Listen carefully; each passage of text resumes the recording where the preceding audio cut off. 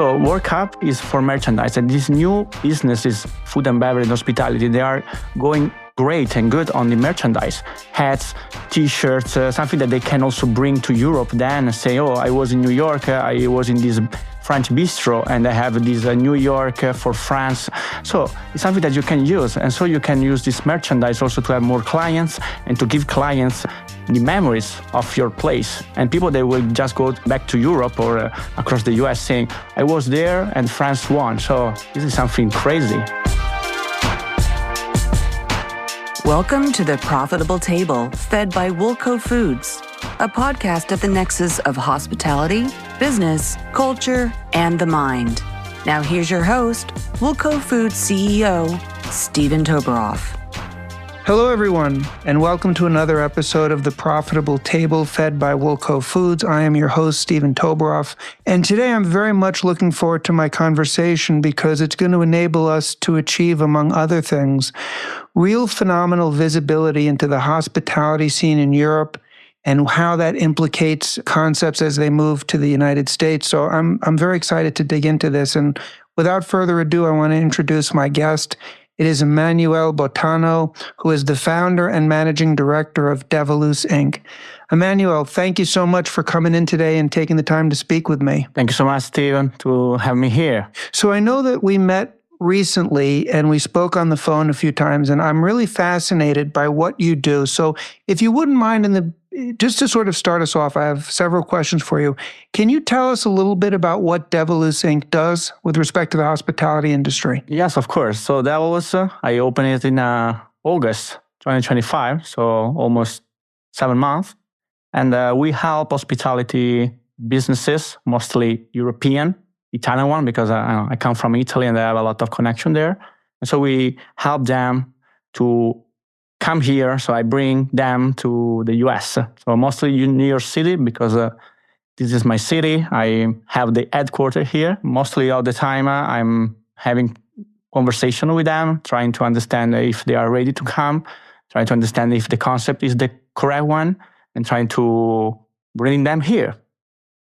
That's amazing. So when they decide to come to New York, is it because, or New York or anywhere else in America, is it because they've scaled to such an extent in Europe or wherever they are, in Italy or whatever country, that they now want to come to the States? Or is it because they've made the decision that they believe their concept would be uniquely appropriate for the States and desirable? What's the thought process behind when they choose to come over here from Europe? So most of the time, they don't have a clue of what they have to do. So it's also part of my job trying to make them feeling well in this kind of decision that is a huge decision for them.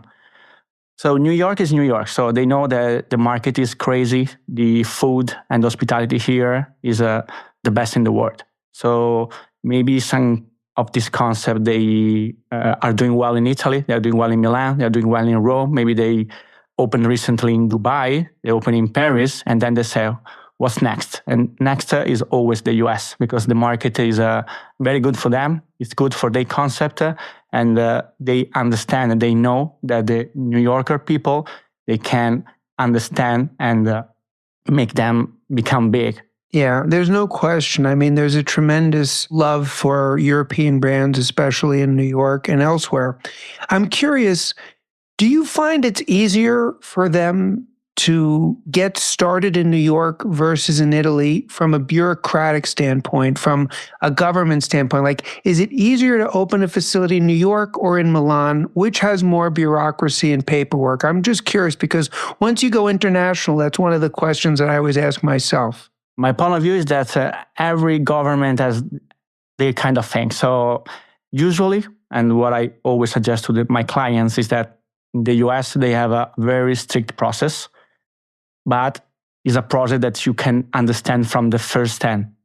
In Italy, sometimes, and in Europe in general, you don't understand what you are doing, and maybe you get a little bit confused during the process. Here, also, trying to work with professionals that they can help you and they can support you on this kind of a decision, it's easier to open here. That's the final answer, yeah. It's more business friendly. Yeah. So what specific support do you give these restaurant concepts once they engage with you and you're working with them as they move from Italy or other parts of Europe to the United States? So at first, it's always understanding the concept. So try to give them a little bit of feedbacks on how their concept or their idea, if they don't have a concept yet, could be a good fit or not for the United States and New York. So the first answer is always a green or red flag regarding what they want to bring here. After this, when they have a concept, is all about trying to understand what's the process to open the location here. So I give them feedbacks on the location, what could be the best location in order to be the best fit for their concept. Sometimes opening the Upper East Side is different to opening the West Village. Opening in Brooklyn, in Williamsburg is different to opening downtown Brooklyn. So that's a huge, huge, huge difference in this kind of things. And so I give them feedback from, as a client, feedback as a professional, feedback from how other competitor they're doing, Well, first of all, what you said is so important there, and I think it underscores why someone looking to open in New York City or any market, but certainly New York, needs to work with someone who understands that market. Because you're absolutely right, Emanuele. A concept that would be an absolute hit in Soho or NoHo, you take the exact same concept and put it in Chelsea or the Upper West Side, and it's a bomb. So I think that that's incredibly important.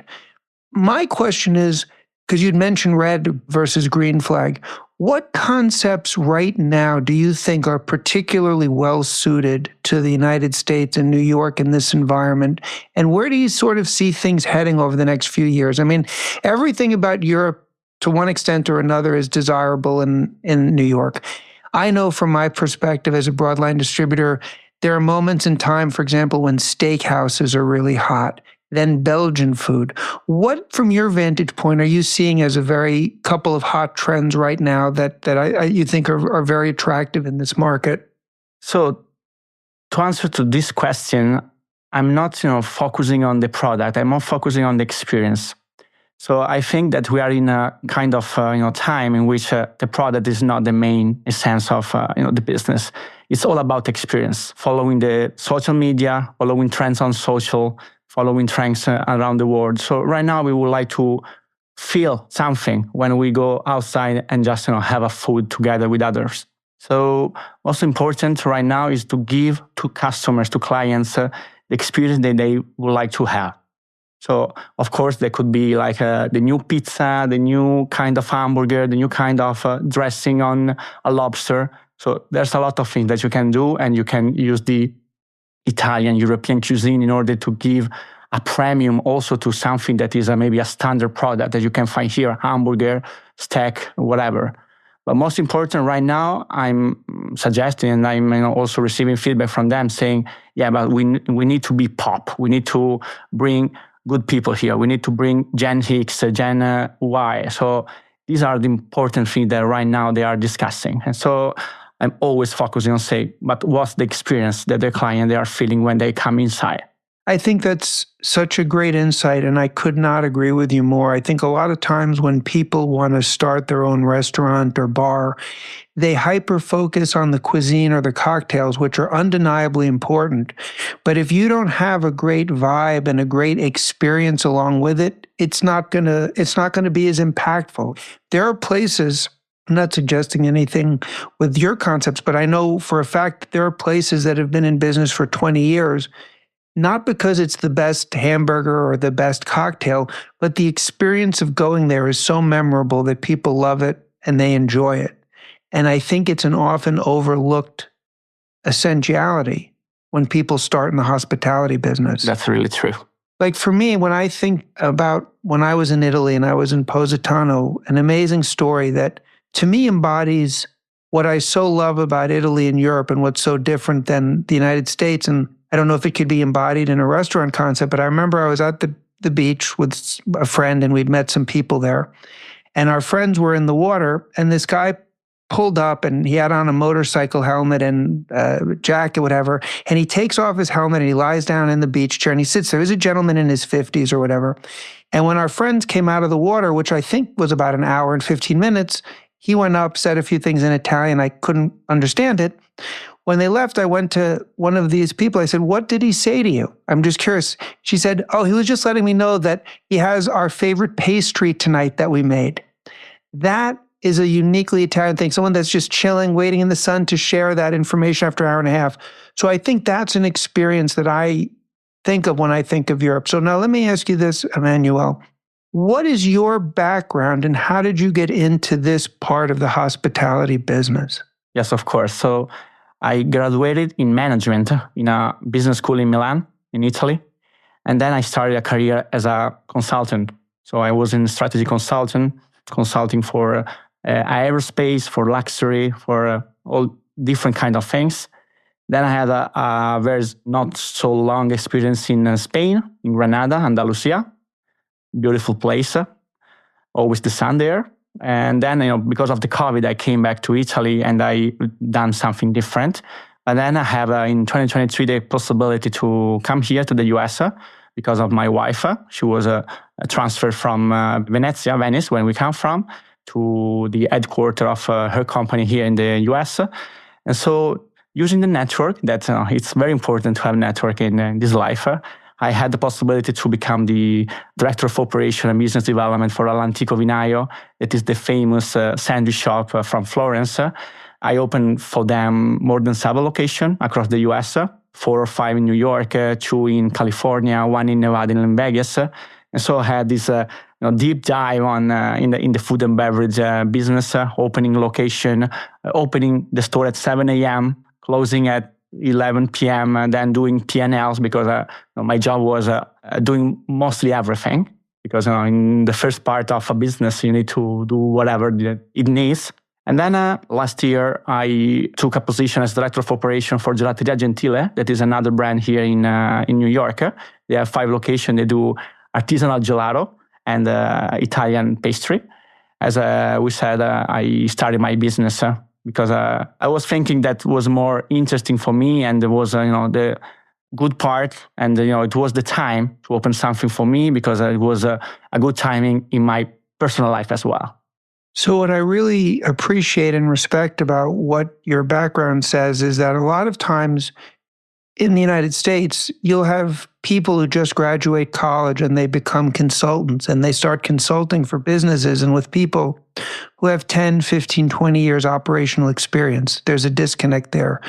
You have several years in the trenches dealing with every fundamental aspect of the hospitality business. So you really have the visibility into this industry in terms of what people need to open a concept. Do you ever find it to be the case, Emanuele, that the lessons you learned in aerospace or luxury goods ever translate into some of your ideas or approaches in the hospitality space? Because I love speaking to people that have varied interests, and I love to see if there's any crossover. Have you ever had that happen? Definitely. So first of all, you need to speak with people that are manager, they are entrepreneur, they are people that are doing very good business. Most of the time, they are big corporates. So you spend 90% of your time speaking with them, trying to understand what's going on with the business, what could be done better. And so you train every day and you learn every day, trying to put everything right. And so, for example, in the luxury, right now, food, hospitality, luxury, they are all buying together. The new trend is, if you are named Louis Vuitton, if you are Gucci, if you are Ralph Lauren, you open a business, you open a cafe, you open a restaurant, you open something that is hospitality related. And so they bring this luxury style, this way to give you an experience and give you a dream in something that you do every day. So eating, drinking, enjoying the time. And so I would say that this new trend is something that also I will see in the next future, most for other luxury brands, but even other restaurant or new concept that they are opening, and then maybe they want to combine together two things that you think that they are so different, but at the end of the day they are so the same. No, absolutely. I mean that's something I think about, and it sort of leads me to a question because you're right. Like I remember Barney's used to have a cafe in there that was a very good restaurant, but I know that Louis Vuitton has opened something, and I know that that's Prada. Whenever they open their sort of flagship stores in New York, And my question to you, because you would have the insight, is are they doing that because they believe that there's an opportunity to capitalize on their luxury brand and really do well financially from the restaurant? Or are they using the restaurant, the cafe, to reinforce the entire shopping experience, back to your point? How do they view the hospitality or the cafe aspect of their retail experience? I'm just very curious about that. Yeah, this is my point of view, of course. But I think that the restaurant part, the hospitality part is much more a showroom, It's a way to say, we can give you the best bags that you can have in your life, and we can also give you the best cafe, the best cornetto, the best whatever that you can find inside the restaurant, and saying that you can fill your day saying, okay, I can buy a bag, but I can also, enjoy a very good food. So it's part of the process. So it's part of the, go inside, I can spend $3,000, $4,000, $5,000 on something, and then I can enjoy with a meal with my husband, my wife, or whatever. To me, it's much more a showroom. It's much more, a brand awareness. So increasing brand awareness, saying we can also do that, and we can do that better than other. That makes perfect sense. And I think it's something that, from the perspective of what you were saying earlier in our discussion in terms of how you make people feel, it really seems to be a self-reinforcing cycle. When you look at the current economy in both Italy and in the United States, New York, do you think that concepts, in addition to how they make you feel, do you think concepts are better off leaning into affordability and scale, or over-the-top luxury and sumptuousness? Because sometimes those are choices that concepts make, and they can both work. But I'm wondering if there's one or the other that you think is particularly appropriate right now, or do you think that it just really depends upon the concept and the objectives of the business person? So the answer is it depends, but I would say that the luxury is working well because there are more and more rich people in the world. And rich people, they want to enjoy their life. They want to spend and they want to have the best that they can. Of course, there's something in between. So the average salary is something that is going lower, lower, and lower. So I would say that the range, so the difference between among the luxury and the cheapest one is going more and more and more, high. So it's important to understand that you cannot stay in between, but you have to choose something at first stand. So if you want to do something that is luxury, you do something luxury, you go high with the price. Otherwise, you have to stay lower. Otherwise, stay in between can, be a loss of money. I absolutely agree with you. And you said two things there that are extremely important. The first is, and this is really for the entrepreneurs that are listening, because I think a lot of times there's a misconception that you automatically want to go with affordable. But the reality is right now, even in this economy, sort of the upper 20% is doing much better than others.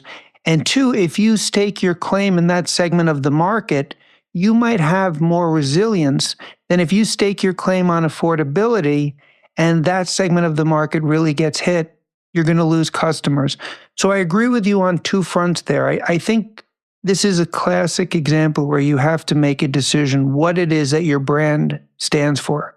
And once you've made that decision, because would you agree that once you've established a brand and then you start trying to change the core values of that brand to accommodate a business cycle, you run some very substantial risks of just diluting the whole thing? I would say that this is the first sign that you are doing something bad. And this is a very red flag. So if you are changing because of your customer, then it means that something was bad at the initial part. We can see also a big chain, Starbucks, for example. They were doing so well, then just in a couple of years, they were doing not that as well as they were doing in the past. And so they say, let's put a protein latte right now. Let's put a bubble tea. And they try to change. But when you change, you are just changing something that is more than just changing the product. It's changing brand visibility, changing the awareness. And so people, maybe they think to go to the competitor because they say, they started in this way. They are doing great. Why have to go to Starbucks, for example, that they just changing for us? So it's an important thing to understand during the process. I agree with you. And I also think that when you have a brand and a concept that's working, I think you're much better off constantly trying to refine it and make it better. And if you're looking to grow, you have to find a way to grow without compromising who you are. Because once you do that, it's like you said, I think that you set yourself up, because I was very confused. I mean, for me, there was a period of time when since we're using Starbucks as an example, but it's a good example. I don't know if they ever went through this, but there was a time when they were even thinking of adding alcohol to it.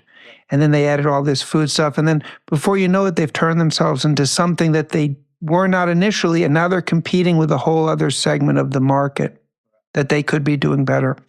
That being said, in Italy right now, and we're having the Olympics right now, but I know that that's where you're at, is the desire to come to the United States as tourists and all of that still as high as it's been? Because I ask because last year it was well reported that the tourism into New York City was down appreciably. A lot of that was from Canada. But since I have the opportunity to speak with you and you have visibility, is there still the same desire to come to New York? Because the dollar's quite weak relative to the euro, so you would think it'd be a good time to do it. Financial ways, yes, but I would say that something changed. So I don't want to say anything, politics here. Yeah. But in Italy and in Europe, they over-exaggerate sometimes whatever, it says here or they say here, as a government. And so sometimes they have fear. They say, oh, why we have to go there if they don't want us there? And so this is the first thing that they feel. And they say, we don't go there. So even if the euro right now is good against the dollar, they don't want us there. And so I can feel also, I had insights from people here, restaurant people, chef, and they told me, there wasn't the same traffic there was in the past. Even, for example, the Chelsea market. So I have a very good friend there doing pasta. And he told me, no Italians are coming here. US people, the New Yorkers, not, having pasta lunch, maybe it's having pasta less than Italians. So without Italians, we are not doing great business here. Right now, the mood from Italy, but from Euro in general, is different from the past. I thank you for sharing that with me, because that's feedback that I've gotten from a lot of my customers that I've spoken with. And it's something that even I think, and again, not to be political, but New York City has always been an international city. And I hope it'll continue to be viewed as such, because you're correct. It's a different vibe. I hope that this will be turned around and maybe the World Cup will help us do it. What advice would you give to restaurateurs and those in the hospitality business that are seeking to capitalize on the World Cup, which is going to be played? The finals are going to be right here in the MetLife Stadium. It's a unique opportunity. I remember the last World Cup. I'm not a soccer fan, but I watched that final, which was one of the most incredible sporting events. And even though the World Cup was played in Qatar, I believe, they had TVs in places, and it was really an amazing thing. Now that it's going to be in our backyard, it's going to be huge. What suggestions would you make to hospitality businesses to really capitalize on the months of May, June, and July and the lead up to that? First of all, finger crossed that Italy will, compete at the World Cup. We are still there, so hopefully. Also, will be great for Italian hospitality here. More tourists, more visibility. And then, of course, is a World Cup is something that gives every business more visibility, more reach, more impression. So I would suggest, and I would like to suggest them, saying, use this time, use the possibility that you have. So go to events, trying to create something maybe customized for the World Cup, a menu that is customized with name, some cocktails that could be customized. So try to combine and trying to make your clients understand that they are living a World Cup event, something that is every 4 years, something that maybe in the US was in 1990. So it's 36 year that is not here. So, it's something that is rare. And so they need to use this time, couple of months, in order to increase their brand awareness. Absolutely. And I would encourage restaurants to be very creative, because even if you have a very high-end French bistro, make a big deal of it when France is playing. You're going to give your regulars a memorable experience that they won't forget about how they enjoyed your business. And you might have an opportunity to attract people from other parts of the world or from France to come to your business. So as I did in an earlier podcast and we were talking about it, I really think it's worth everyone's while to take some time and really think about this and position yourself on social media. Because as I say, even if you never attract any tourists, how great would it be if this local restaurant that's a French bistro had an unbelievable night when France was playing in the World Cup or anybody else's? And you can make that happen. And I think doing that will not only generate business in the immediate term, but I think it'll create lasting memories. Yeah. Use the time and use this kind of something rare. Go on the merchandise. So World Cup is for merchandise. And these new businesses in the food and beverage and hospitality, they are going great and good on the merchandise. Hats, T-shirts, something that they can also bring to Europe then and say, oh, I was in New York, I was in this French bistro, and I have this New York for France.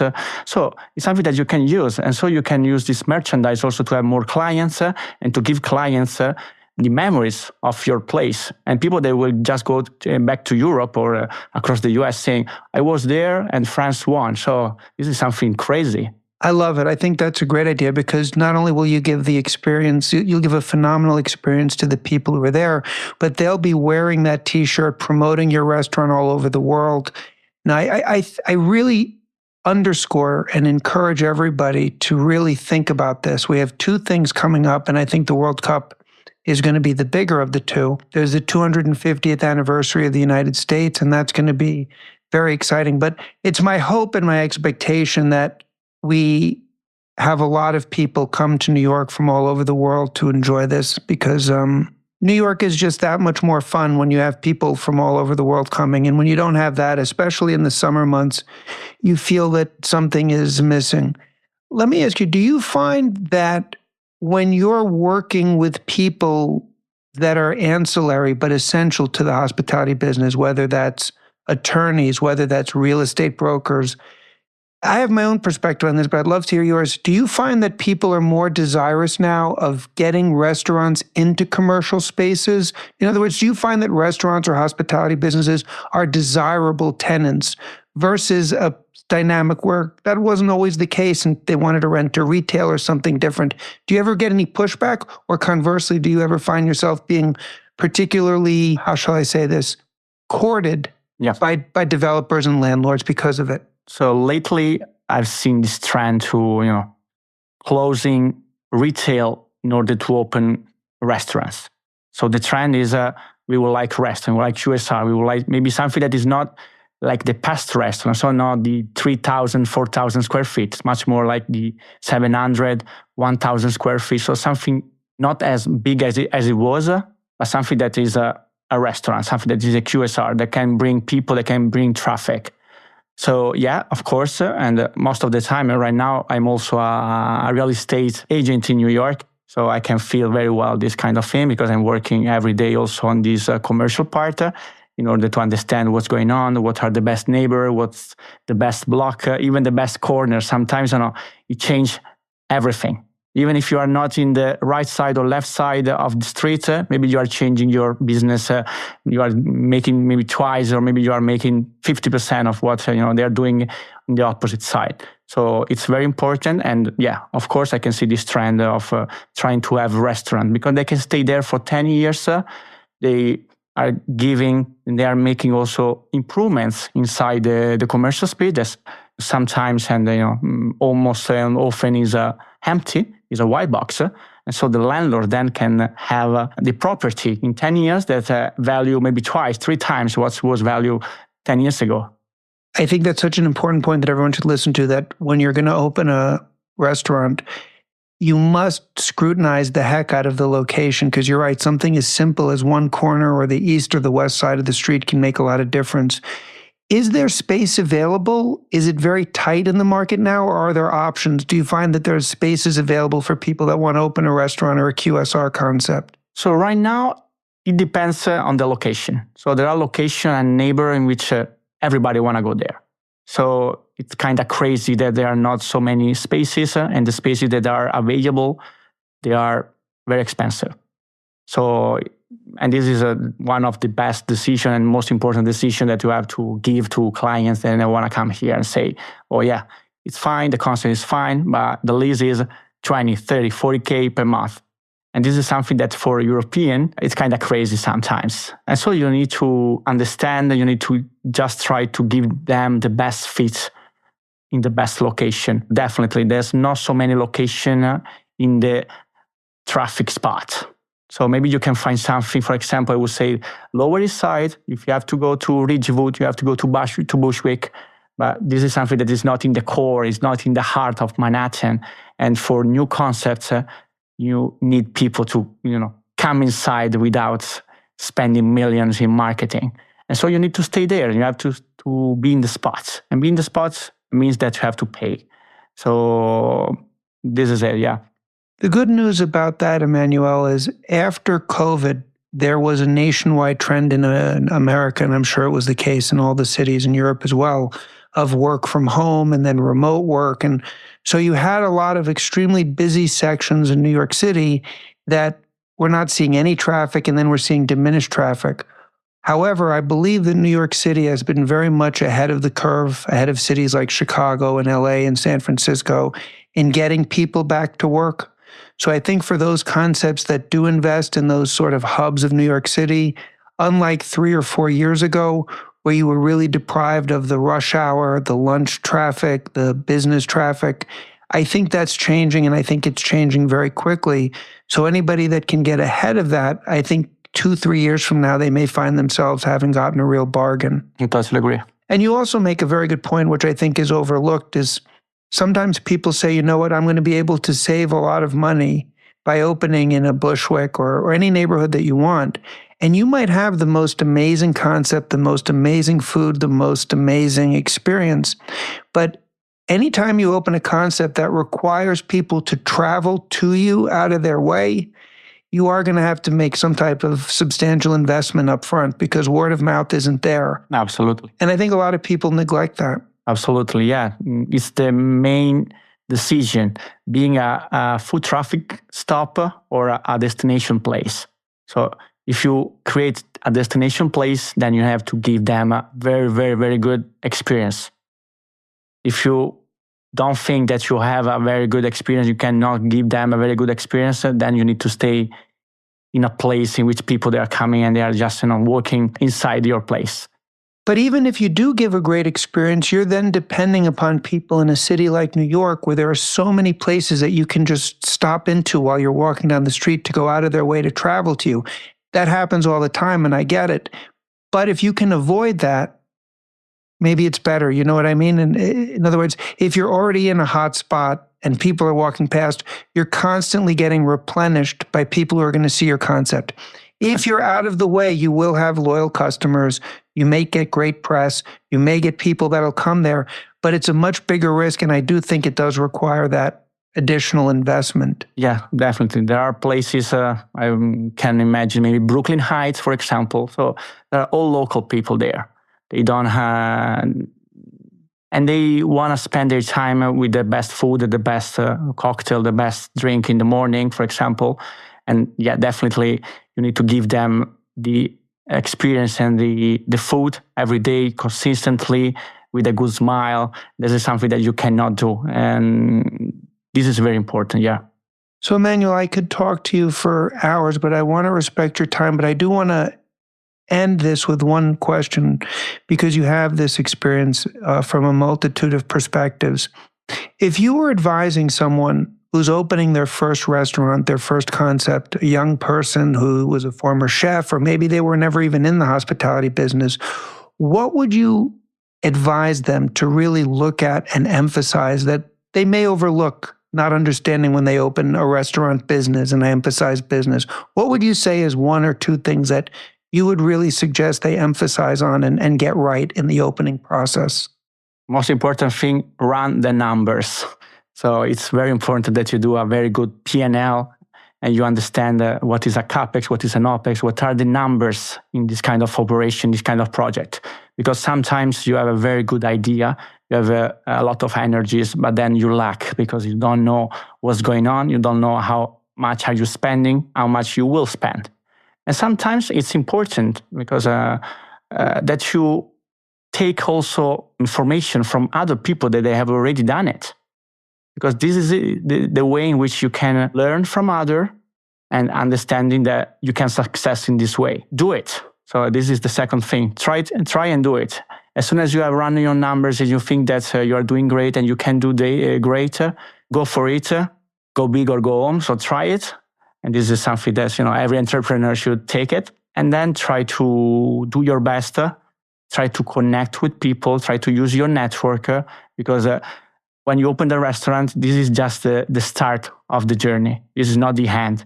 So as soon as you are open, connect, do network, do advertise, do marketing, whatever, because people, they need to understand that you are here, that you are there, and you are doing business, you are doing the great product, great better experience that they can have in their life. I think that's 100% right. And I think it's probably the best advice that I've heard. And it's a wonderful thing and it's an essential thing to be passionate about what you want to do as an entrepreneur. Passion is key. But your passion is not going to override, is it an excuse to ignore the numbers at the beginning? Because no matter how passionate you are, if you don't have your numbers dialed in at the beginning, you're just spinning your wheels or worse. And I think for people who will take the time to do that, work with professionals they trust, really get their arms around it so that they have the confidence and understand what the numbers look like, then it's exactly as you said. Then you can go big or go home. I've seen so many times where people do it the reverse. They're passionate, they're going big, and then 5 months into it, they don't realize what they did from a numbers perspective, and there's really no recovering from that, no matter how passionate you are. Yes, exactly. So, Emanuele, this was wonderful, and what I would like to say to people is if you have any questions, I know that you guys love to send emails, DMs, and what have you. So the best way to reach Emanuele is on his LinkedIn page, correct? Correct. So, Emanuele, thank you. This was a very illuminating discussion for me. And for those of you that are listening and are thinking of opening a concept, I think this is an episode well worth listening to again, taking some notes because there were a number of just pivotal gems. And I really appreciated your insight, Emanuele, and enjoyed this very much. Thanks so much, Steven. It was a pleasure being here. Thank you. Thank you for listening to The Profitable Table, fed by Woolco Foods. Please be sure to rate and review the show on Apple Podcasts or your favorite podcast app. And to learn more about Woolco Foods or Steven Toberoff, please visit us at woolcofoods.net.